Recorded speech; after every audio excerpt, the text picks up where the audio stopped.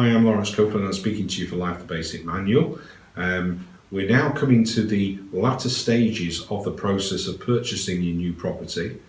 Your survey report from our previous video has now come back. It's identified a few little reports that you'll need to obtain, which you've now done. And you've then actually approached the estate agent to say that you'd like to renegotiate with the vendor, and maybe there's a little bit of negotiation there which can be done, and then everything obviously hopefully is then completed, and we're now physically aiming to exchange contracts.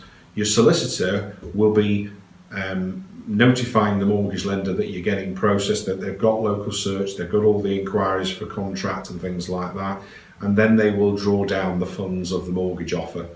And once they do this, they will then obviously get together with the vendor's solicitor with the 10% deposit, and the exchange of contracts takes place.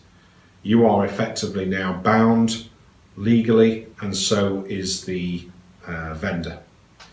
Completion, usually for the remainder of the funds, will then take place. Most of the time now it can be normally within a week of exchange of contracts. There are some occasions where it actually takes place literally at the same time, exchange and completion. A lot depends on the pressure in the chain, if there is a chain, or if it's a straightforward process. Maybe the vendor's going away on holiday and he wants to try and do it and tie it all in. These are the things that obviously you'll be liaising with your estate agent. This is where the estate agent is helping you along the process. Even though he's acting for the vendor, he's there or she's there to actually help you through the process to completion. And then on the day, effectively, what will happen is normally on the date of completion, the solicitors get together usually in the morning and in the afternoon. Normally, it used to be on a Friday afternoon after 2 o'clock, when they get back from their lunch, they will complete the transaction. Then the estate agent will then get a phone call from the vendor's solicitor to say you can now release the keys to the prospective purchaser.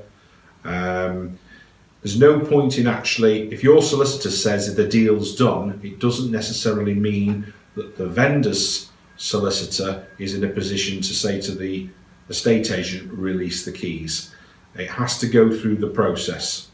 So that's why when you ring up the estate agent and you say, my solicitor says I can have the keys, they'll still be waiting for the vendor solicitor to actually say, release the keys to the purchaser, before they can actually legally do that for you.